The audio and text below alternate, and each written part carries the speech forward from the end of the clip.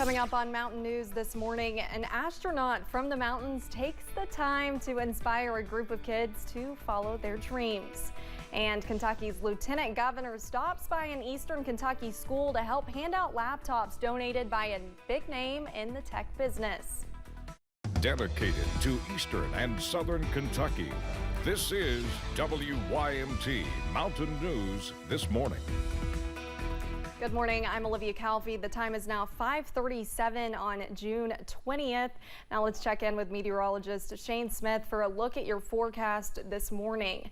Now I feel like rain is the big topic this week, and for some of you guys who may be waking up for work, you might want to watch out for a little bit of fog. A little bit of fog out there. Rain is definitely going to be the bigger story though today. Not a ton of it out there right now on pinpoint Doppler radar, but we are tracking a few showers, you can see as we take that radar up, and it is mainly over in northwestern Perry County up towards Buckhorn and up around the lake, and the eastern end of Clay County and getting just into the southern end of Owsley County as we speak.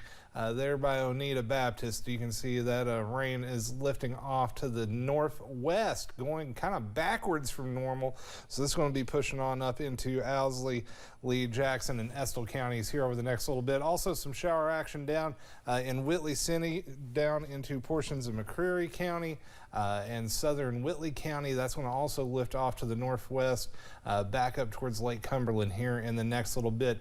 The rain being caused by a slow moving area of low pressure, which is just off to our south right now. It's been crawling along the Kentucky-Tennessee border for the last day or so, and it's not going anywhere quick, my friends.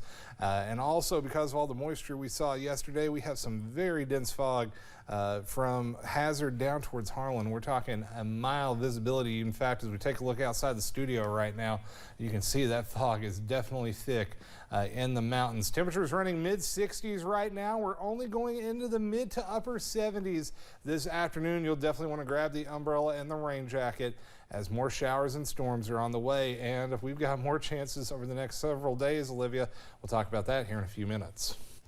All right, thank you, Shane. Students from Middlesboro Independent Schools recently got the chance to learn from a STEM advocate and accomplished businessman. WYMT's Chandler Wilcox tells us why some say the conversations were life-changing. Several students gathered in anticipation for a conversation with a successful man who grew up in Middlesboro, John Schaffner. When they actually not only had a live conversation, but to know that he is from their hometown, you know, it adds that extra layer of value and that credibility to for them in seeing that, okay, you know, he's one of us. As a STEM education advocate, Schaffner thrived in the opportunity to let the students know about his experiences. It has some very important education concepts that teach students to think creatively and to do problem solving in real time. Solving problems with Schaffner was an opportunity Chris Stotts says was rare. At the community level here, we're still kind of riding that high that comes off of an experience like that. And, you know, I know that we spoke before about how rare an opportunity like that is in general, but let alone to have several engagements of that nature is just unheard of. There was indeed something a little more unique about Schaffner's perspective. 3, 2, 1. Engines full power. And liftoff, Falcon 9. Go Axiom. As the pilot of an Axiom space mission, he had conversations from space with students. Now having a chance to go to space, it was easy for me to think back about when I was 10, how much I wanted to know about space. So I was sure there are lots of other 8, 9, and 10-year-olds that had that same question today. So he virtually brought space to them. It was really neat because we had to be online with NASA about an hour prior to our engagement. So that was just adding to that anticipation, and people were literally on the edge of their seats. And when John finally came on view on the screen, you know, of course, there were a big round of applause. In the midst of floating around in a space shuttle, Schaffner became a symbol of hope for students. A little embarrassing, maybe, because I've never really considered myself, you know, a form of a role model like that. But you know, the voice of being an astronaut is an important one to recognize. And I want to use that to encourage people. and encouraged they were. Just hearing the kids saying, he's a real live astronaut. I spoke to a real live astronaut.